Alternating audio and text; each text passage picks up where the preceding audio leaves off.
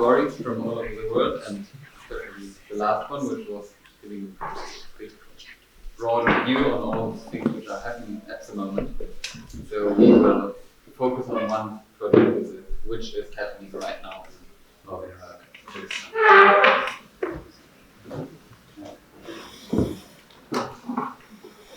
So yeah, it's a collaboration between an NGO that is Berlin-based and Iraqi-based, and architectural firm which is also Berlin-based.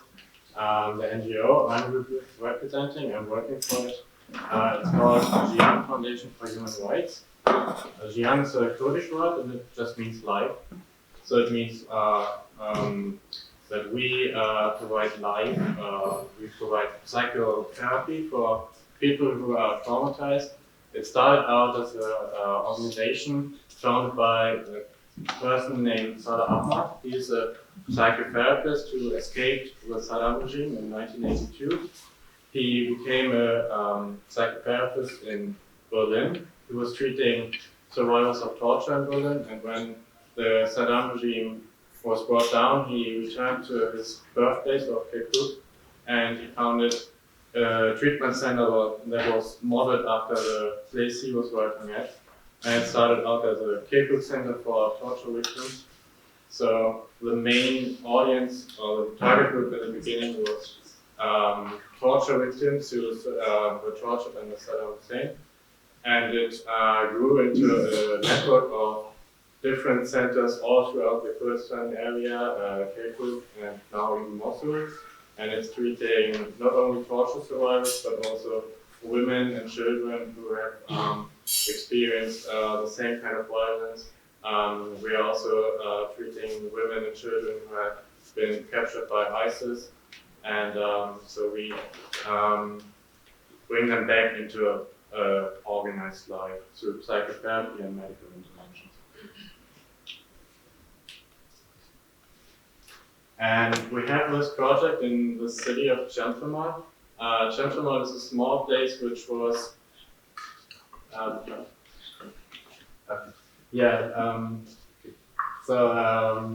let's start with a quote by one of our therapists, the healing garden that we are doing in Chelmsford.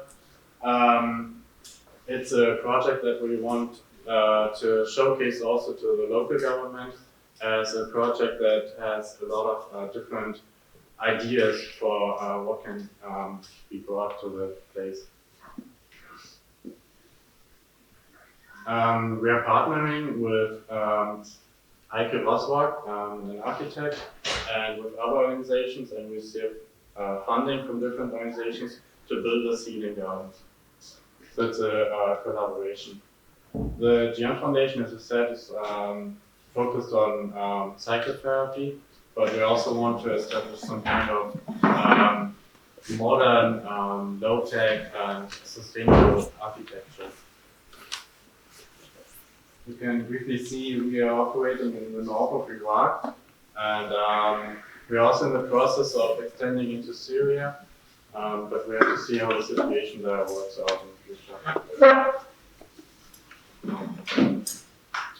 It's just our clients are mainly women these days and children, but also men. The women and children oftentimes they have suffered, of course, from domestic violence because the experiences of war, of torture, and of the whole experience that is being made is being translated into family life. So I come from the office as architects, and the idea of the healing garden somehow grew in the head of the Jian Foundation, or in their work, in their daily life, that they experienced that they need a garden where they could use the therapy as a place which is peaceful and people can forget things, and also work with agriculture and animals to somehow open again through all the experience they had. So they asked our office if we could support them with some technical help, because we are focusing in our daily practice on the big three materials from our point of view, which is earth, timber, and bamboo, and which is somehow guiding our offices that we made a lot of experience out of Europe in other countries like Bangladesh. We've seen one of the projects already on the screen today, but we try to translate these experiences back into our work, which we are doing in Germany and Europe.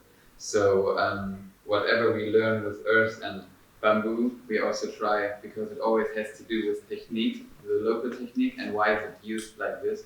And so, this can also be transferred, this knowledge, into German timber production buildings. So we always try to keep our brains active. So whatever we learn somewhere, we can learn from it. And also we develop together, like our films together with engineers and architects.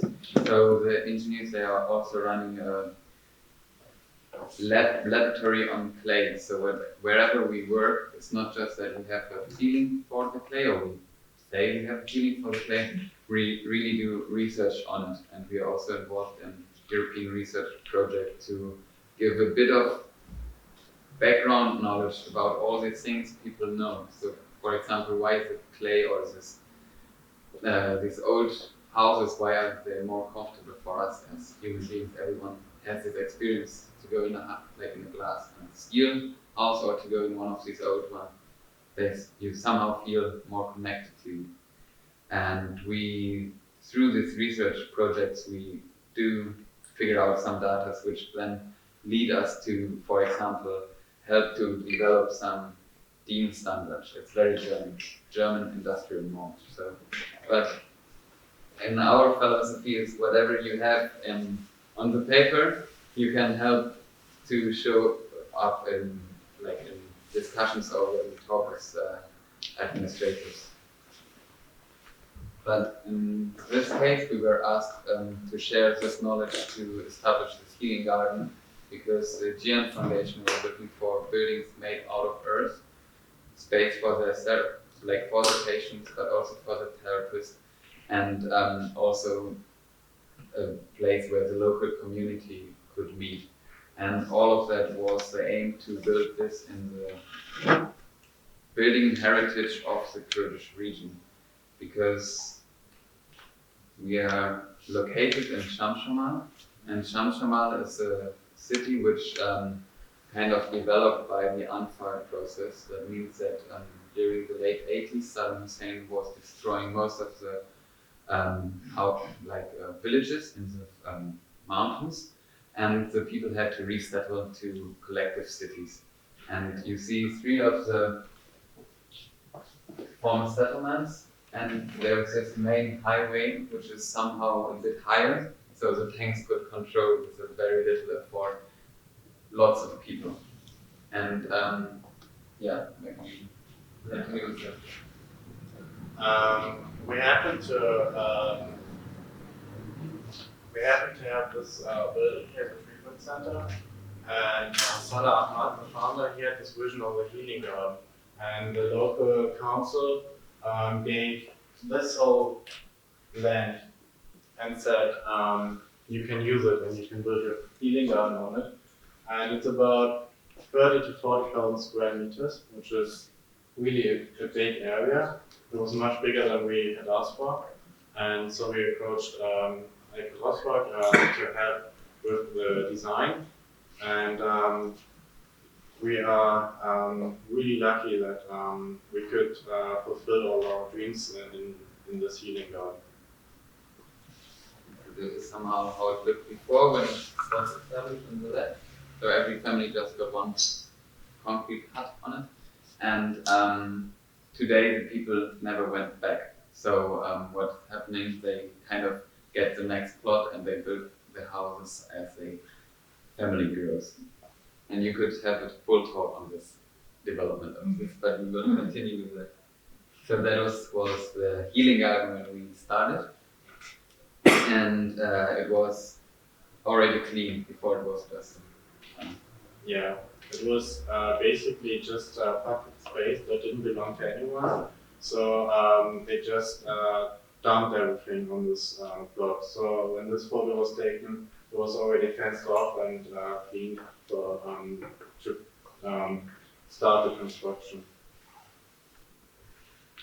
And so after we see Salah and Eike Rosberg, the founder of the office I worked for, they met before to somehow brainstorm how they could work together on this project.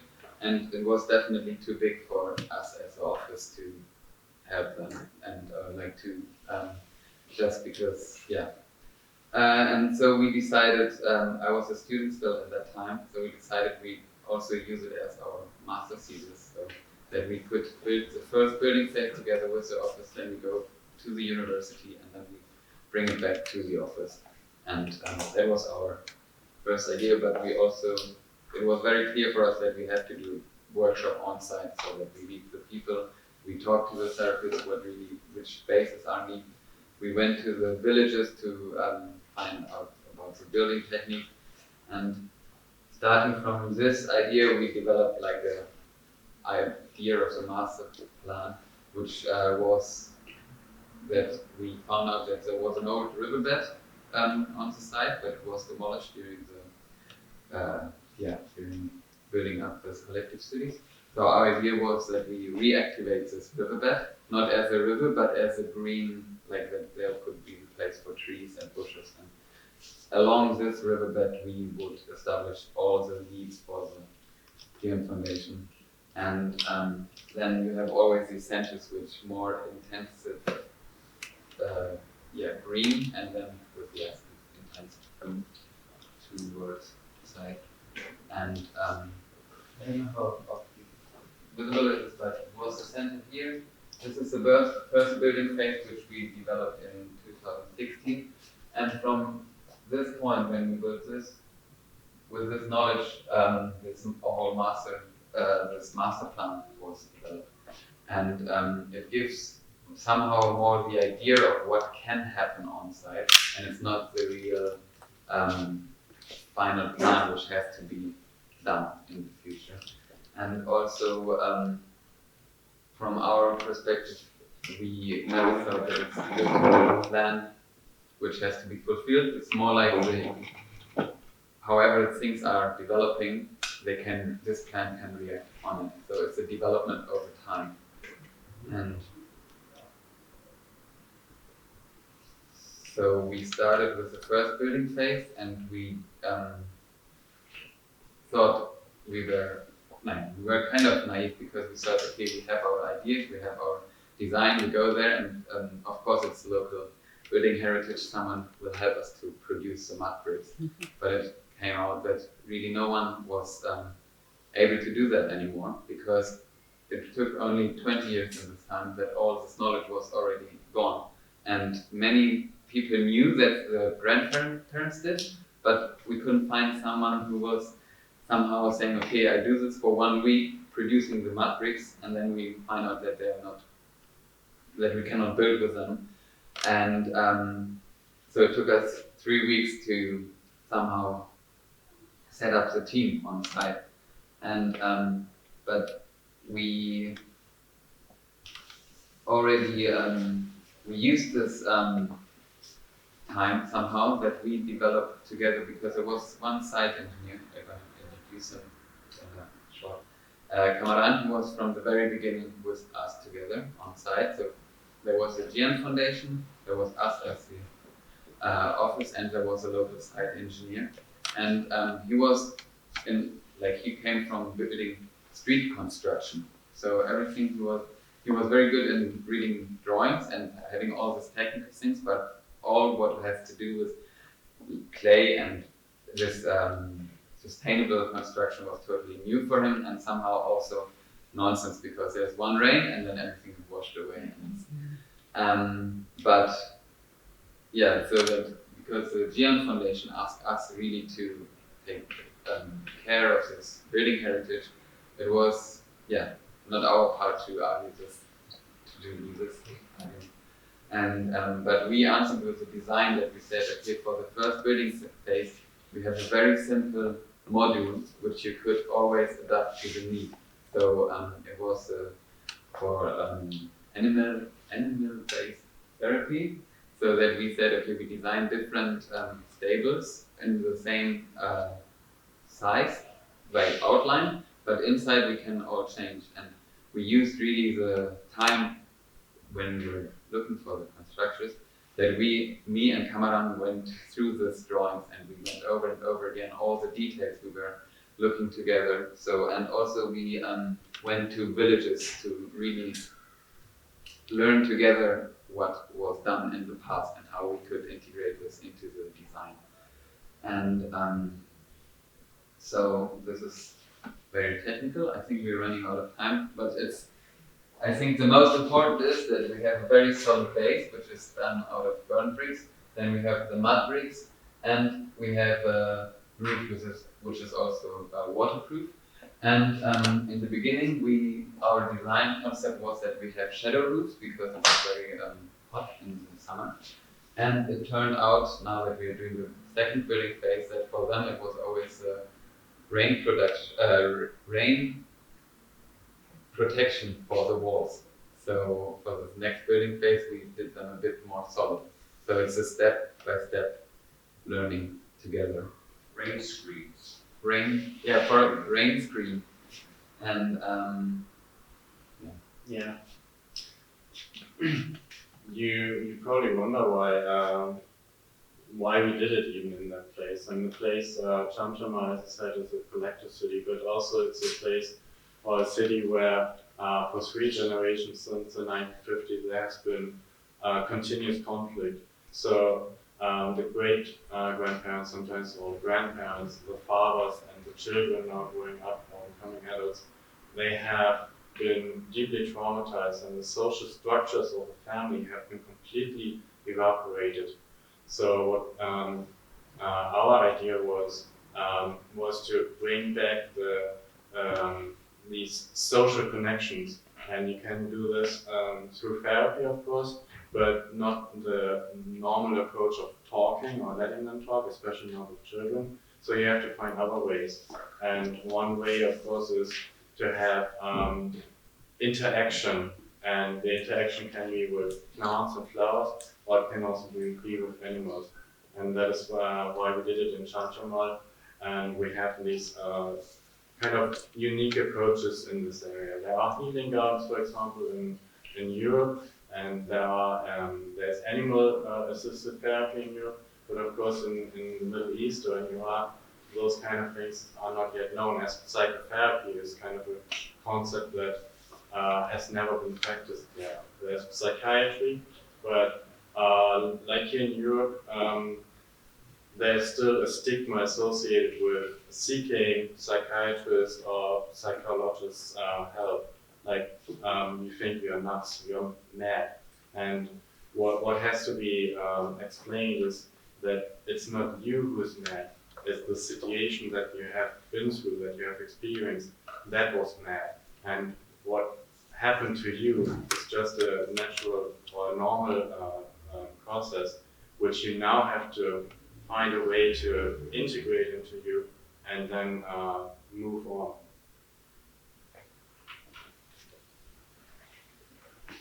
so these are the 3 guys really made the thing happen on site. We have Kamaran, who's the site manager, who came from building construction in the street, but for him it was very new to build with clay, and it is really over the last 2 years, it's so amazing how our way of talking changed, because in the beginning it was a bit like, okay, we do it like this, and now it's a back and forth, really communication. It's like, okay, I integrated this amount of sand, do you think it works? And so we really, through the 2 years together working there, we found a very good way of communication, so that it's not us delivering the plan and then they just do it. It's more like we help to draw the design, and then it's on-site developed further on. So whatever mistakes we do, they see it immediately before they build it, because they have it already in their hands that things somehow work differently as we expect them to work. And we have Kadir, who's a bricklayer. He has the knowledge from his own past, 50 years ago. But then for the last 40 years, he never touched with bricks again. And he was just working with burnt bricks and concrete. And so he was, in the beginning of the site, he was always wearing his gloves because the concrete is affecting the skin. And in the end, now you see him with brown hands and smiling. So he's Hussein, he's the one who was brave enough to produce all the, I think, 30,000 mud bricks. And so he started to produce the mud bricks on site, but then when it came to the part when we did the concrete beam, the ring beam out of concrete to have it all for earthquake resistant, he was the one that, okay, that's what I'm usually doing, constructing this ring beam. So he kind of, with the building, he went up all the different stages. And after we finished, he became the greenkeeper on site. So he was the one being there on a daily basis the last 2 years. I think the only one for the whole team. Yeah, he's like the mainstay. So this is somehow the production of, and it's all about this learning from one another and also learn together. That also especially for Kamaran, who went to Kurdish University, who never heard about producing this type of buildings, we had the chance to go into the village and had the time to really learn together from their history. And which is also a very big advantage is modern communication. So for the first building phase, I went there for 6 weeks, and now we are starting with the second one, or we started in spring. And we were always wondering, do I have to go, or is it somehow also possible that we do everything by phone? And we decided that it would be also a great chance for him to visit us in our office, because he never left Iraq, until that time. So he was spending 10 days with us in Berlin. And now we do everything with WhatsApp and FaceTime. And also on site, it's like sometimes I get a phone call and then it's video call, and then they show me what's the problem at the moment, and we talk to, like, because we have this 2 years of working together, we somehow develop solutions but most of the time in the beginning it was more like asking me, and now it's more like showing the proposal and just to have the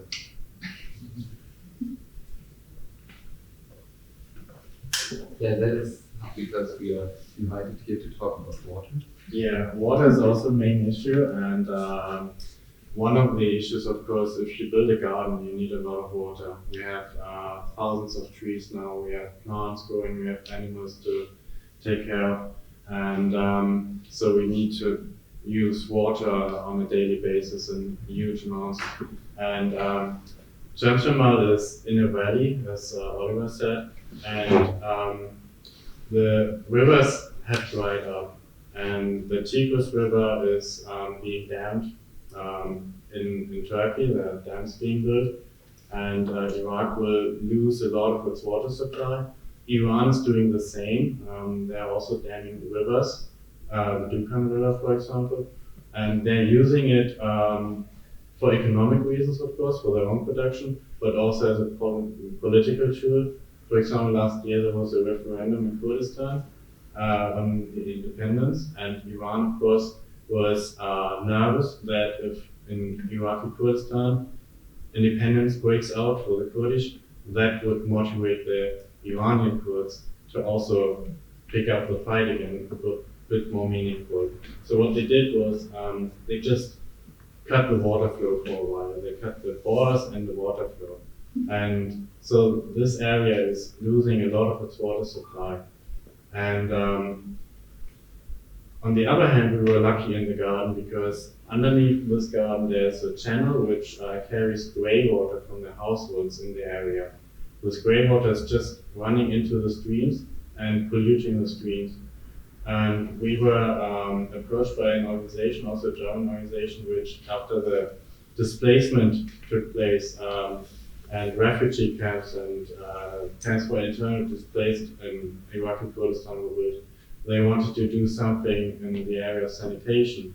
And we said, we're not really engaged in sanitation. We are working in refugee camps, but we are providing treatment. But we have a healing garden, and maybe you want to do something there for us. And then we took that concept of a wastewater treatment system, which is using just gravity and plants to take the water out of the stream, clean it, and out comes water that is not fit for human consumption, but it is good enough for irrigation. You can provide water for the animals. You can even reintroduce it into the groundwater.